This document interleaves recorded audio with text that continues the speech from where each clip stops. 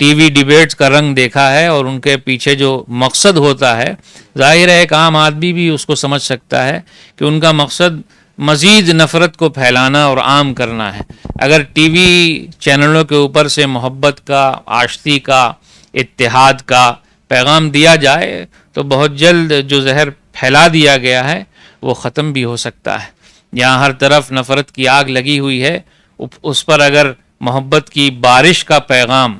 T V چینلوں کے ذریعے دیا جائے تو ہم سمجھتے ہیں کہ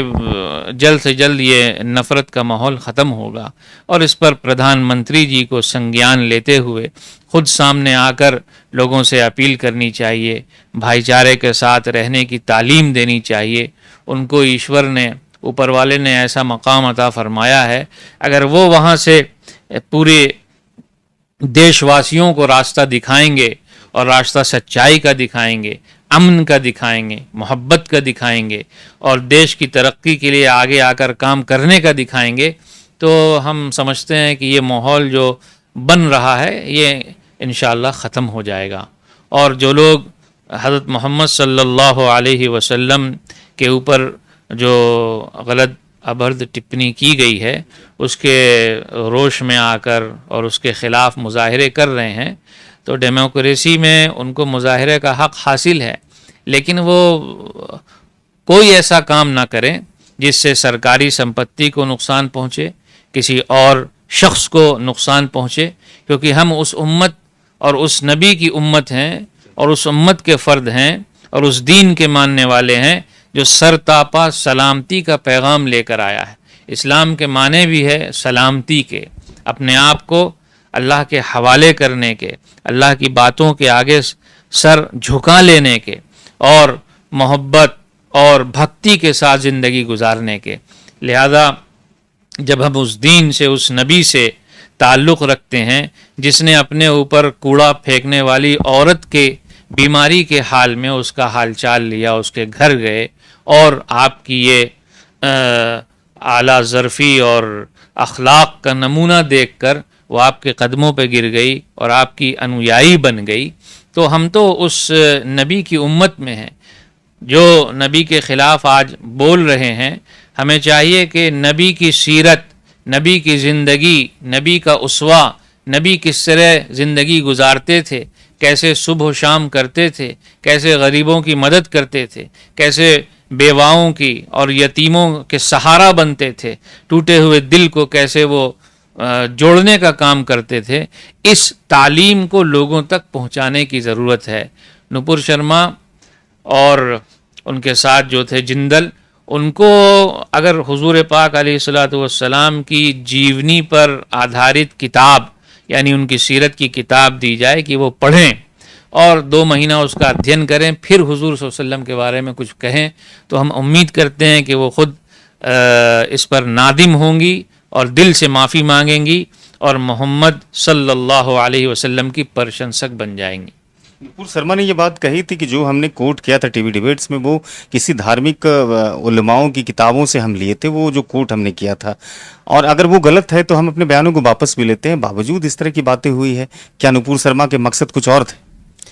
ہاں، کیونکہ نیت اگر کسی چیز کے پیچھے صاف نہیں ہوتی ہے تو پھر آدمی کچھ بھی بولے اس کا اثر خراب ہی نکلتا ہے۔ جیسی نیت، انما الاعمال بالنیات، انسان کے اعمال کا دار و مدار اس کی نیت پر ہے۔ اب انہوں نے کس نیت سے کہا تھا کہ اتنا طوفان پورے ملک میں مچ گیا، ظاہر ہے کہ ان کی منشا اس کے پیچھے صحیح نہیں تھی۔ ہم نپور شرما کو اور نوین جندل جی کو دعوت دیتے ہیں کہ آپ قرآن کا مطالعہ کیجئے، آپ حدیث پاک کا اور سیرت رسول کا مطالعہ کیجئے، اور کھلے دل سے پڑھیے کہ حضور صلی اللہ علیہ وسلم نے کیسے اپنی جیونی گزاری اور کس کام کے لیے لوگوں کو انہوں نے اپنے قریب کیا اور ایشور کا پیغام ان تک پہنچایا۔ ہمارے گرنتھوں کے مطابق حضرت محمد صلی اللہ علیہ وسلم اس سنسار میں ایشور کے آخری سندیشتہ ہیں،